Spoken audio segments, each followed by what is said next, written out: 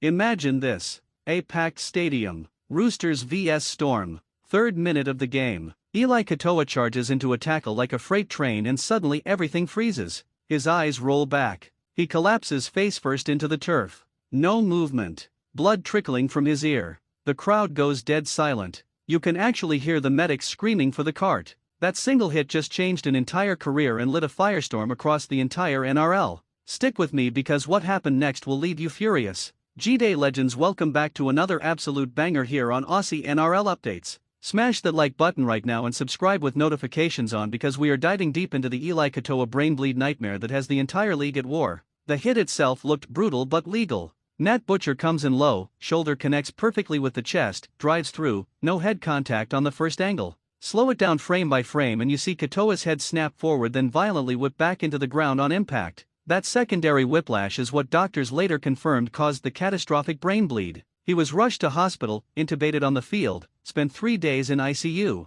Surgeons had to drill into his skull to relieve the pressure. 3 days where his family didn't know if he'd ever wake up, let alone play again. The Storm released a statement saying he was stable but the damage was severe. Possible permanent vision loss in one eye, memory issues, the works. And here's the kicker, the NRL's independent doctor watched that exact footage live, ruled no HIA required because there was no direct head contact. No HIA. Let that sink in. Fast forward 48 hours and the entire rugby league world explodes. Former players, coaches, even politicians are calling it the biggest failure of the head injury protocol since the game promised to clean itself up. Alex McKinnon went on radio and said if that hit doesn't trigger an automatic stand down then the system is a complete joke. The NRL bunker reviewed it the next day and still claimed Butcher had zero case to answer.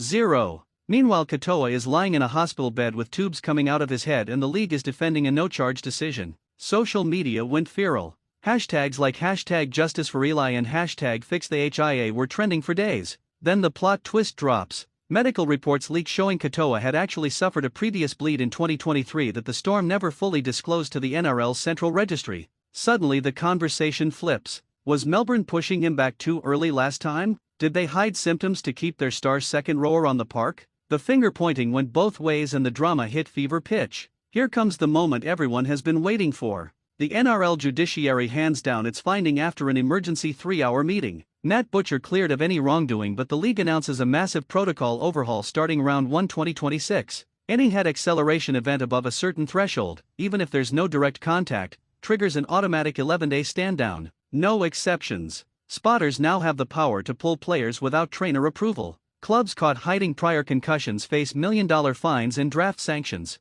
And then the bombshell at the very end of the press conference. The NRL quietly adds a new clause: if a player suffers a second Category 1 brain bleed inside 3 seasons, automatic lifetime ban from contact rugby league. Lifetime. Eli Katoa, only 25 years old, superstar on the rise, now faces the very real possibility that if he ever steps back onto an NRL field and takes one more bad knock, his career is finished forever. So where does this leave us legends? Katoa is out of hospital, walking again, talking about a comeback in 9 to 12 months, but everyone knows the risk. The Storm have reportedly already started shopping him to Super League clubs where the rules are softer. The Roosters are fuming that Butcher's name got dragged through the mud for a legal tackle. And the NRL is praying this brutal lesson finally forces real change before someone dies on the field. Drop your thoughts below. Was the hit dirty or just footy? Should Eli risk coming back? And most importantly, is the new 2026 protocol enough or is the game still too dangerous? Hammer that comment section, share this video everywhere, because this story is far from over.